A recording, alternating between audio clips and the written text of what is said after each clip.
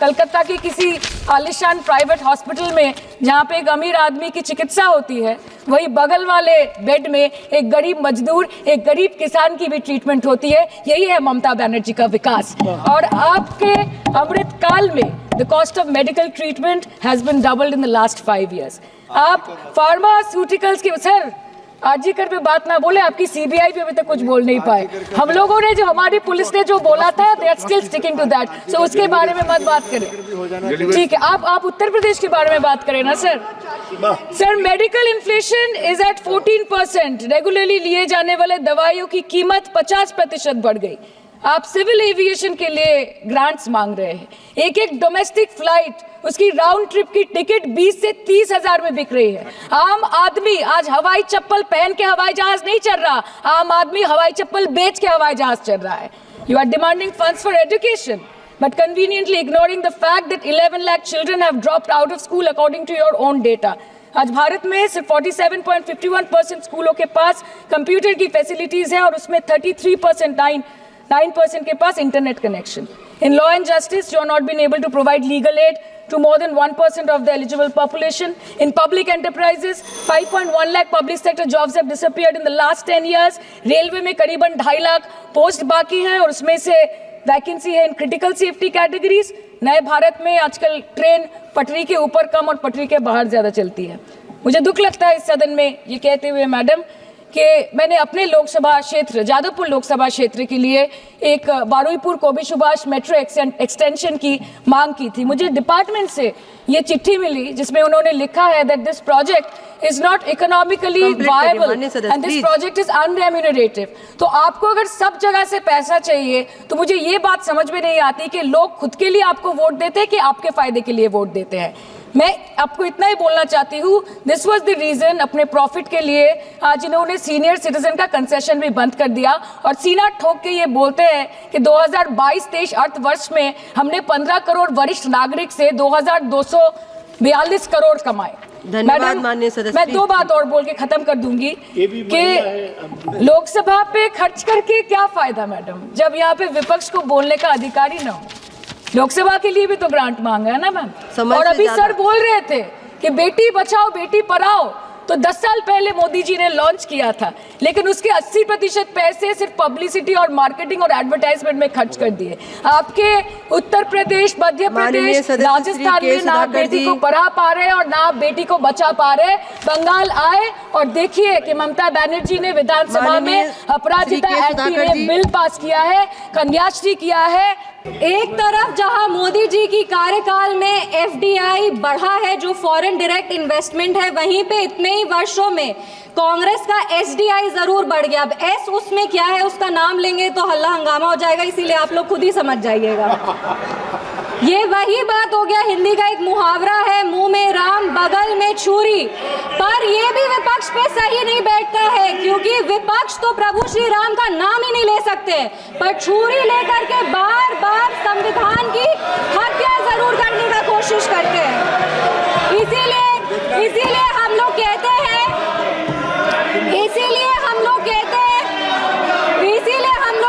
कि संविधान नेता के हाथ में नहीं, संविधान नेता के दिल में होना चाहिए। एक उदाहरण देते हैं, 2008 में इसी सदन में ट्रस्ट वोट के लिए कैश फॉर वोट स्कैम किया गया था और लोकतंत्र का गला घोटने का कोशिश किया गया था। आपातकाल इमरजेंसी में जिस तरह से संविधान का चीरहरण हुआ था वो हम सब ने देखा था। और हम तो बिहार की बेटी हैं, बिहार के एक पुत्र थे जयप्रकाश नारायण जी, जिन्होंने इसी दिल्ली में रामलीला मैदान में राष्ट्रकवि रामधारी सिंह दिनकर की एक कविता पढ़ी थी, सिंहासन खाली करो कि जनता आती है। उसने कांग्रेस की जड़ों को हिला दिया था और भारत में एक नई क्रांति का आह्वान किया था।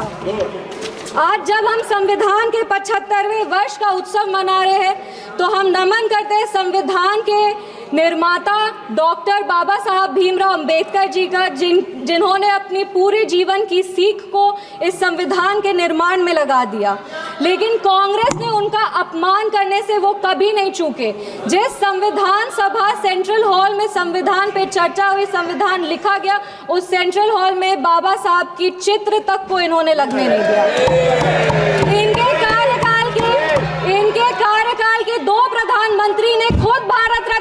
सर मैम, लेकिन बाबा साहब को भारत रत्न नहीं देने दिया। मैं नमन करती हूँ उन सभी संविधान सभा के सदस्यों का जिन्होंने 2 साल 11 महीने और 17 दिन में इस संविधान को आकार दिया। बिहार के, इस देश के पहले राष्ट्रपति और संविधान सभा के अध्यक्ष डॉक्टर राजेंद्र प्रसाद जी का और संविधान सभा के सबसे पहले अध्यक्ष सच्चिदानंद सिन्हा जी का, जिन्होंने मिलकर के इस संविधान के निर्माण में अपनी पूरी जीवन लगा दी। संविधान, विपक्ष को कहना चाहेंगे, संविधान सिर्फ आर्टिकल्स और प्रिंसिपल्स नहीं है, ये एक ग्रंथ है। ये आम आदमी का भरोसा है, ये आम आदमी की आस है।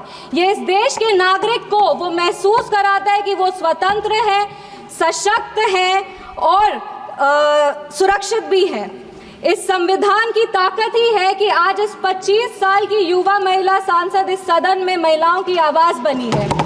ये संविधान की ताकत है कि इस देश के सबसे उच्च पद पर एक आदिवासी समुदाय की महिला विराजमान है। ये संविधान की ताकत है कि हमारे प्रधानमंत्री एक गरीब परिवार के सदस्य हैं, और इस संविधान की ही ताकत है कि जननायक कर्पूरी ठाकुर जैसे व्यक्ति जो एक पिछड़े वर्ग से आते थे, वो बिहार प्रदेश जैसे राज्य के मुख्यमंत्री बने। पर अब जब बिहार की बात कर रहे हैं तो हम जरूर इस सदन के संज्ञान में लाएंगे कि विपक्ष दल का एक शासन आया था जब बिहार में जंगल राज आ गया था। उस जंगल राज में हर वो कार्य हुआ, उस जंगल राज में हर वो कार्य हुआ जो संविधान का उल्लंघन था, संविधान के निर्माताओं के विचारों का उल्लंघन था। बिहार उस समय दंगों और अपहरण का गढ़ बन गया था। हम आभार व्यक्त करेंगे हमारे यशस्वी प्रधानमंत्री श्री नरेंद्र मोदी जी का, हमारे माननीय मुख्यमंत्री श्री नीतीश कुमार जी का और हमारे पार्टी के राष्ट्रीय अध्यक्ष श्री चिराग पासवान जी का, जिनके अथक प्रयासों की वजह से आज संविधान के उसूल बिहार में कायम है।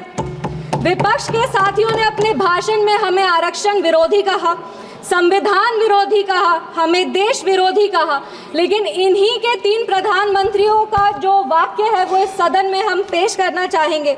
सबसे पहले जवाहरलाल नेहरू जी ने 1961 में लिखा था, I do not like reservation in any form, especially reservation in jobs. I am against any such step that promotes inefficiency and takes us towards mediocrity.